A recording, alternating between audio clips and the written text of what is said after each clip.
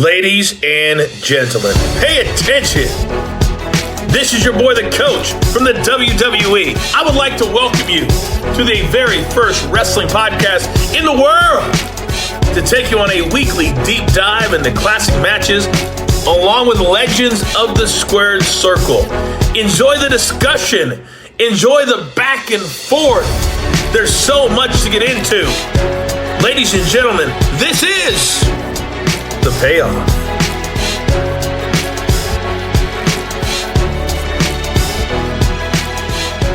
Welcome to an all-new episode of The Payoff. I'm Tom. That's Jeff.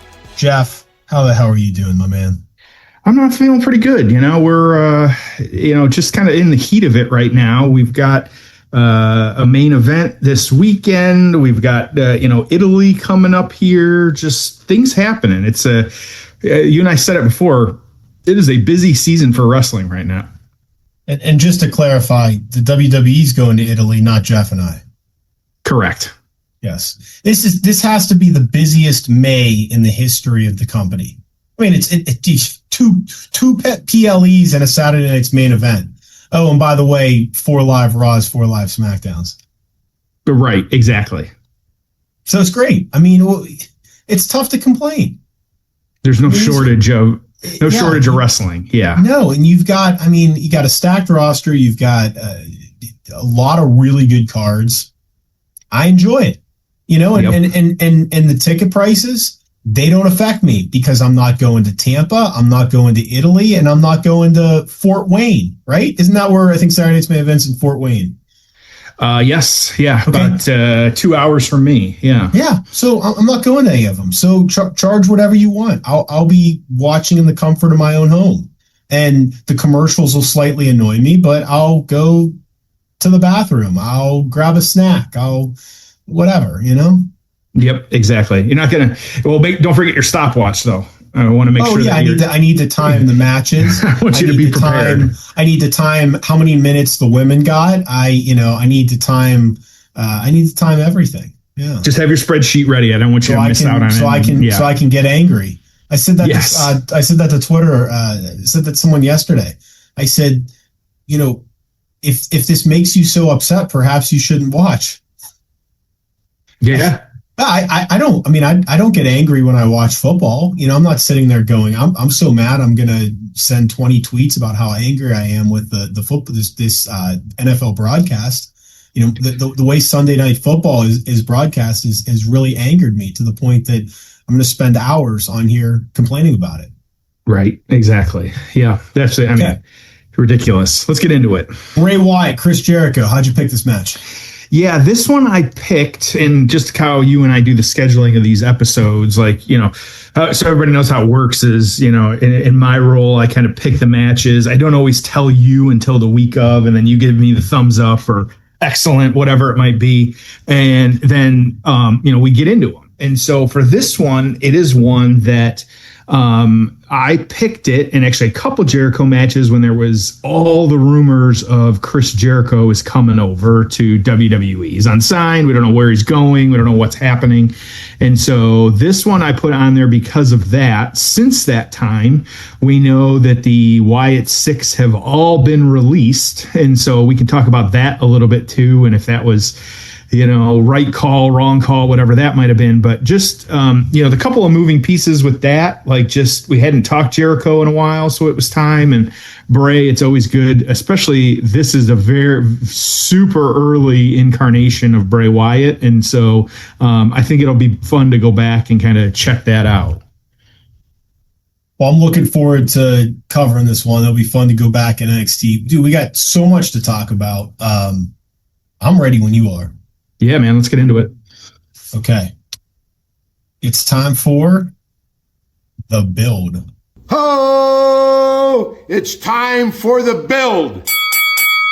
All right, so NXT, it's fun because there's all these. One of the interesting things about NXT is that there's, I'll say, all these different incarnations of it, right? You can even go back to Florida Championship Wrestling, but you've got, obviously, the further back you go, the more names that you recognize. But then there's been times where there's been more veteran presence, more younger. There's been times where they put older guys on the roster to pop a rating. You have the Triple H era, the HBK era. So it's fun to go back and look at these. I mean, and hell, you say NXT, I'm like, well, how far back could this be? This was 13 years ago, which is actually pretty crazy. So NXT, I don't know what obviously has to be at least 13 years old, but we're talking 13, 15 years old NXT is, which is crazy for me to think about.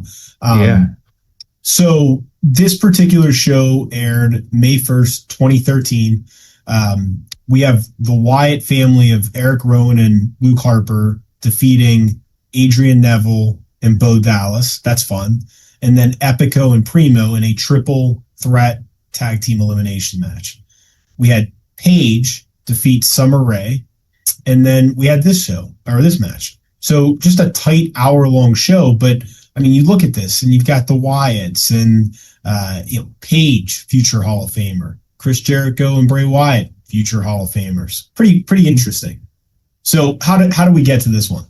Yeah, this one, kind of fun, like you said. I missed that like hour long, just kind of like tight show. You could sit and, especially how you and I consume it, with commercials, it's, 40 minutes. Like it was worth it. Like it was just really good. So this one, this was, like I said, very early in the days of Bray. This was after he reinvented himself from being Husky Harris into this cult leader persona of the Wyatt family. They had really positioned him as like that kind of Undertaker, dangerous, psychological kind of threat to everybody out there. And, I say it, you say it, like we like a little crazy in our wrestling sometimes. It's supposed to be funny sometimes. Like you need a little bit of that, like supernatural. Like there's nothing, I don't mind that. I know some people do right now, but I enjoy it. Like Sting's aura, you never knew. Like, Undertaker, like he could do crazy stuff and it was great. Same with the Wyatts, like you had all this stuff. And so, of course, you always had Luke Harper and Eric Rowan were always with him. So when it comes to this match, you've got that. It's kind of them being the enforcers along with this. But, Wyatt, had all these abilities both in the ring and kind of mentally against his opponents. And so while he was good, he also had the backup all the time. And so this was a surprise appearance by Jericho, though. He returned to NXT to face Bray Wyatt, gave Wyatt immediate kind of credibility for who he was, what he was doing. And this was, at the time, more of a rare kind of introduction or crossover, because you had the main roster legend stepping down into NXT world. And so they really they kept them separate. Like the main roster didn't necessarily know the existence of NXT. I remember they really shattered that when Seth showed up when they were doing the feud with Triple H and all that. And, he showed up at that with the NXT show and grabbed the mic and cut a promo and Triple H came out, all that. And so, and at the time they were like, hey, like, why don't wrestlers that are feuding with, like, why don't they ever show up? And so this is one of those times. It was rare though back then. And so this was really, could Bray hang with a main roster person? Like, Jericho, behind the scenes, Jericho, I'm sure, wanted to put him over. And so, and kind of work with him on this, but help him and kind of get to that point. We're not going to spoil the ending here until we watch this one, but it really was, okay, is Bray ready to be the next guy? I think this is a great way to kind of, do that and push that. NXT so different now that they don't necessarily need that, but I think it's a great way to get more eyes on it, kind of have that introduction and have people understand, like, Jericho's a big name. He was huge, still is in a lot of ways, but he was huge back then when this happened in 2013. Yeah. Cool. All right, I'm looking forward to this one. We're at the 32-minute mark of this YouTube clip. The YouTube is the full episode on the WWE NXT YouTube channel. You ready? Yes. Yeah, let's do it, man. All right. It's time for the payoff. Ho! It's time for the payoff. I'm Nano champion, but I guarantee you he's never seen anything like Bray Wyatt. And Bray Wyatt referred to himself as a real hero. If Jericho had come back, would he have done Judas or would he have done Break the Walls Down? I think that I think it would have been Judas. I think it would be similar to like a Cody packaging, that they bought the package. They brought the package back. Like, I think though, the bigger pop though would have been Break the Wall. Maybe if it was just the first time, but I think you almost have to do something with it. Like the pop would be just nuclear. It would be crazy. Yeah, the other thing I thought about too, and I agree. The other thing I thought about too is if you did the countdown and then Break the Walls Down, and then it just went into Judas or something.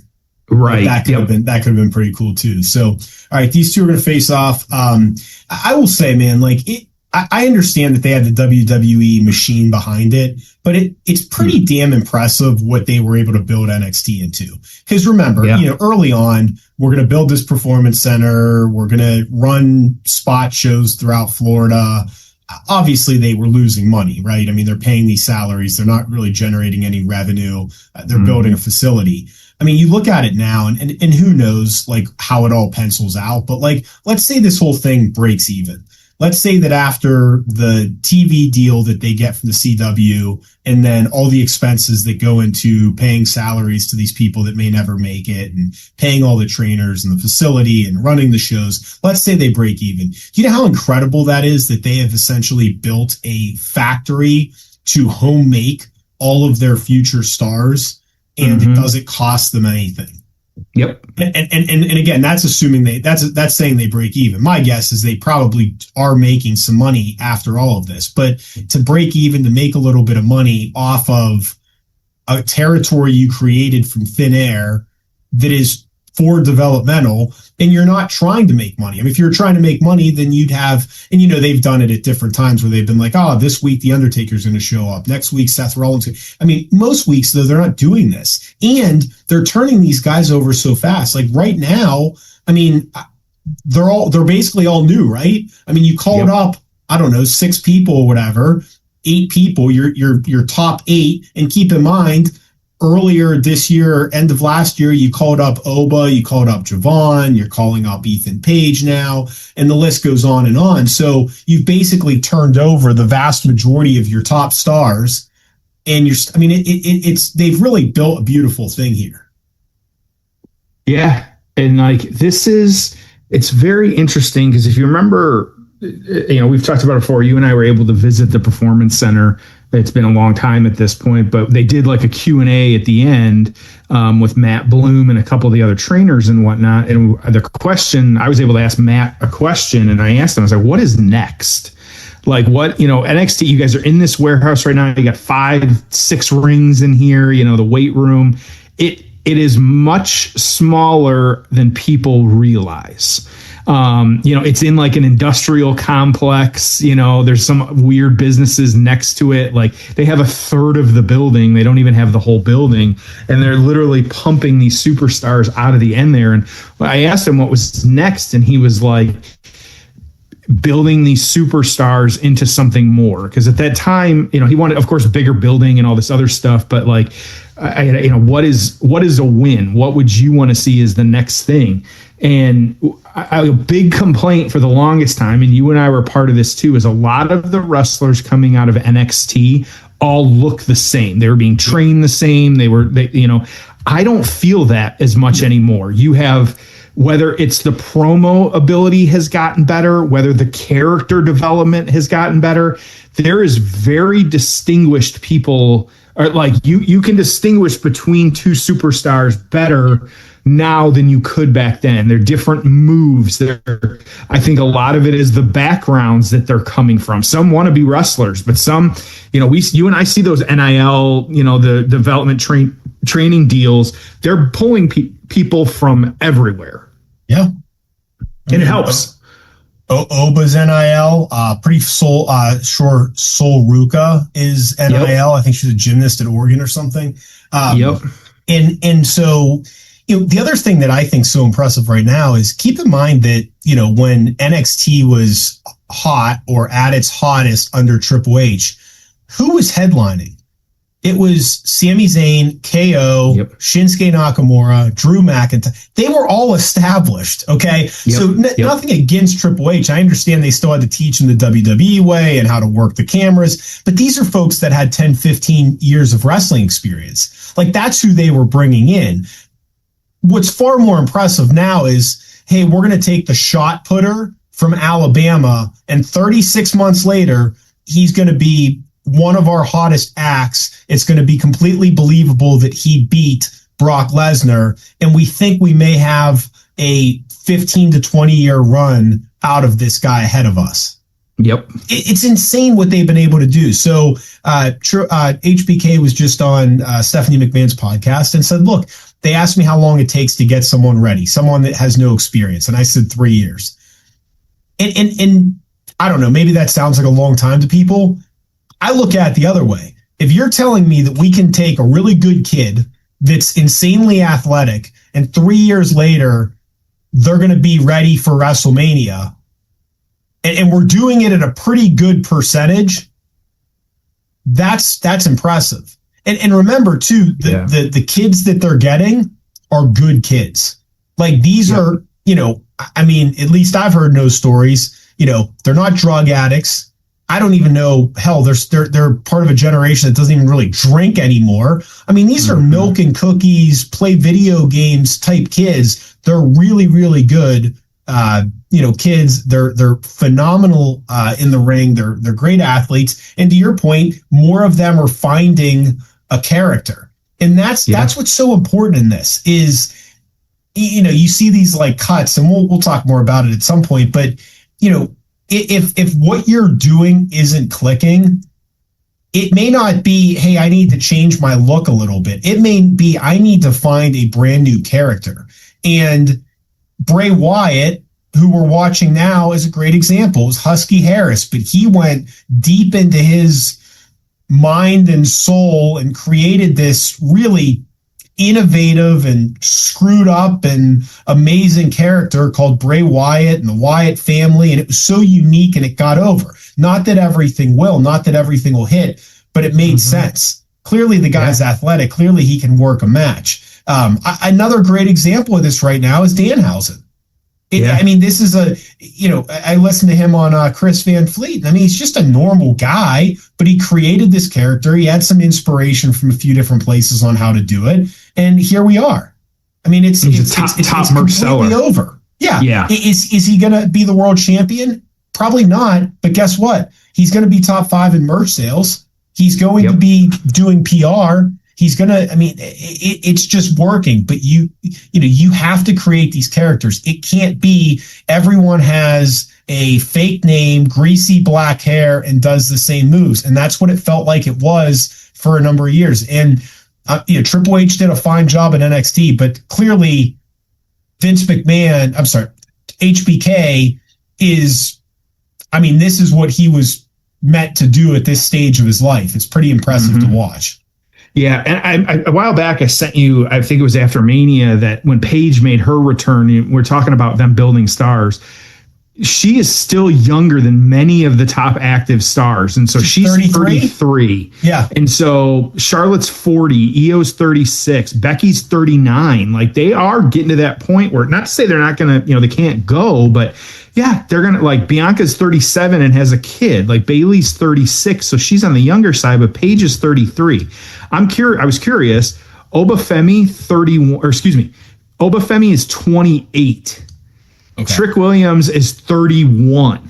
Like, you've got these guys in there. At least you could get 10 years out of these guys with the schedules they're now working, with how they're developed, how they take care of themselves. Like, they could go, and they will be. Sol Ruka's 26.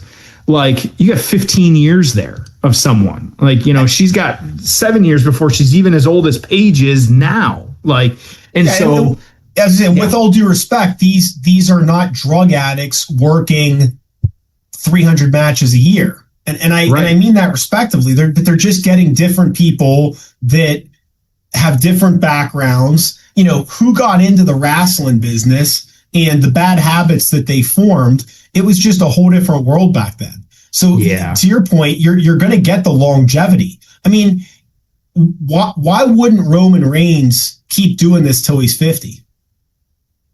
The work in the schedule is there's no reason. Yeah, sure. I mean, the megastars. Why wouldn't they keep doing this? And some may act, some may get burned out, whatever. But man, for the most part, yeah. I mean, Obafemi could he be headlining a WrestleMania in 20 years? As crazy as it sounds, yes. Yeah. 25 years. Okay, CM Punk's going to be doing it at 50. Yep. And I think he may go till the wheels turn off. All right, so let's check in on the match here. Sister Abigail. Jericho in deep trouble. Look at this move. Oh. What a reversal. Walls of Jericho. Can he set it up? No. Oh, wow. One shot into Harper. Jericho. He's going to get him back in it. Can he lock it in? Come on, Bray. Can Jericho lock it in? Come on, Bray. Will Bray Wyatt? Yes. He gave up. He tapped out. Yep, there you go. Oh, wow. Jericho. All right, I don't love the veteran coming down to beat the NXT guy. Yeah. All right, that was fun. Okay. Yeah. Let's get to the aftermath. Ho! It's time for the aftermath. What'd you think? It felt a little. It didn't feel as much as like. Sometimes you get these matches and the young guy loses, but still feels over. Bray doesn't feel as over. No, he Jericho felt like he lost. Yeah, Jericho. And I was saying, oh, by the way, he had his goons at ringside, and he still lost. That's what I was going to say. It was really 3-on-1 and Jericho still won. Like that shouldn't have been the case necessarily. And so, yeah, that's just not great. So, but it's still fun, man. Chris Jericho knows that NXT is the place fun to see it still. Yeah. Chris Jericho just had an incredible encounter with. So Jericho's still bringing the ring. Any aftermath to this one? Yeah, just a little bit here. Of course, Wyatt, still continued on. We know that this was the development of the character, and kind of doing that. Wyatt actually debuted on the main roster not too long after this. Like these guys didn't really, it didn't turn into anything with these guys until later, but, just kind of how it worked and how it all happened. So, the biggest thing too, like I said, it proved that like NXT can still be like a proving ground for these people. And so that was good. So yeah. Okay. No write-ups, no stars, no nothing like that. I really didn't need it. So what are you thinking? I'll give this a 4 just because I think the most important part of this is exactly what you said, which is it didn't really do anything to make the guy. Like what's the point of having Bray Wyatt? I mean, Bray Wyatt to me before he got called up should have been positioned very strongly. I'm fine with them wrestling, but maybe you do a DQ finish, or Jericho wins with like a roll up. Another point, I think tapping out is like the worst. I mean, he immediately tapped out to a Boston Crab. So yeah, just not a fan. How about you? Yeah, I'm just a 5. Like it was fine, but like it's just one of those where, like you said, and this. I don't know if this was the case, but I know there's always been those kind of rumors that Jericho doesn't want to put the younger guys over. Like, I don't necessarily believe that, but in this case, like it does kind of look a little bit like that it was just, I'm going to go down and beat the kid. Like, I don't know. Yeah. Felt a little weird in that sense, but yeah. So just a 5, nothing crazy. So, okay. Hopefully next week's we should have something a little bit better here, a little bit more hard hitting. We're taking John Cena, of course, this one getting added with the retirement tour, but we have our first ever, after 353 episodes, our first ever John Bradshaw Layfield singles match in an I Quit match against John Cena for the championship. Yep, Judgment Day 2005. We're going back to the hopper. So this should be pretty good. Yep, absolutely. I feel like it's going to be a little messy. I hope so. I think that's the best way to get into this one. So yeah, should be very, very good though. Jeez. Okay. Looking forward to it. All right. Well, we appreciate everyone listening. We'll see you next week on an all new episode of The Payoff.